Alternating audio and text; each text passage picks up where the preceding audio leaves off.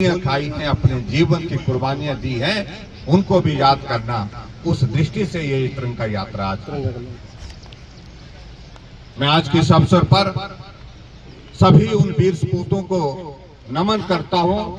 जिन्होंने देश के लिए अपने जीवन की कुर्बानी दी, देश की रक्षा के लिए अपना जीवन कुर्बान किया। आज भारत को आजाद हुए वर्षों हो गए, लेकिन उसके बावजूद भी हम इस बात को देख रहे हैं कि अभी तक भी हर रोज कोई ना कोई खबर ऐसी आती है जब कोई शहीद तिरंगे में लिपट करके अपनी शहादत दे करके, अपनी वीरता का सबूत दे करके इस भूमि पर जो है, इस भारत माता की माटी में अपना जीवन समर्पित करता है। मैं देख रहा था पिछले कल भी हिमाचल प्रदेश के सिरमौर जिला के राजगढ़ में एक वीर सपूत की शहादत होने के बाद उनका शव पिछले कल पहुंचा है। ऐसे एक नहीं अनेकों घटनाएं।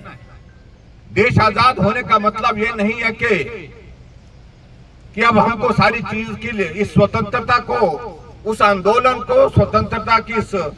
इस बहुत बड़ी देन को हमको भूल जाना है। हमें याद रखना होगा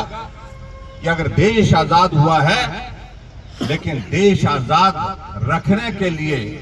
हमें अभी तक और भी आने वाले समय में जो जिस तरह का योगदान देना चाहिए, जिस तरह की कुर्बानी देने के लिए काम करना चाहिए, उसमें हमको कभी पीछे नहीं हटना है। मैं इस बात को भी देख रहा हूं कि हमारे देश यशस्वी प्रधानमंत्री नरेंद्र मोदी जी जब से देश के प्रधानमंत्री बने, उन्होंने इस बात को स्पष्ट किया, राजनीति अपनी जगह,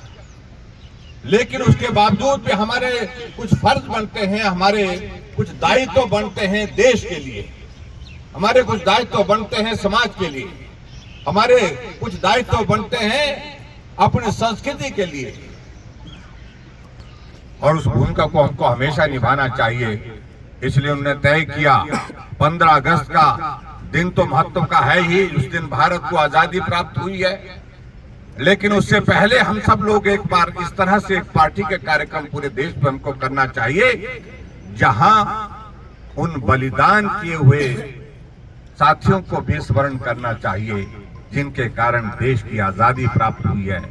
देश की आजादी प्राप्त होने के बाद जिनकी वजह से आज देश की रक्षा सुरक्षा सुनिश्चित हुई है।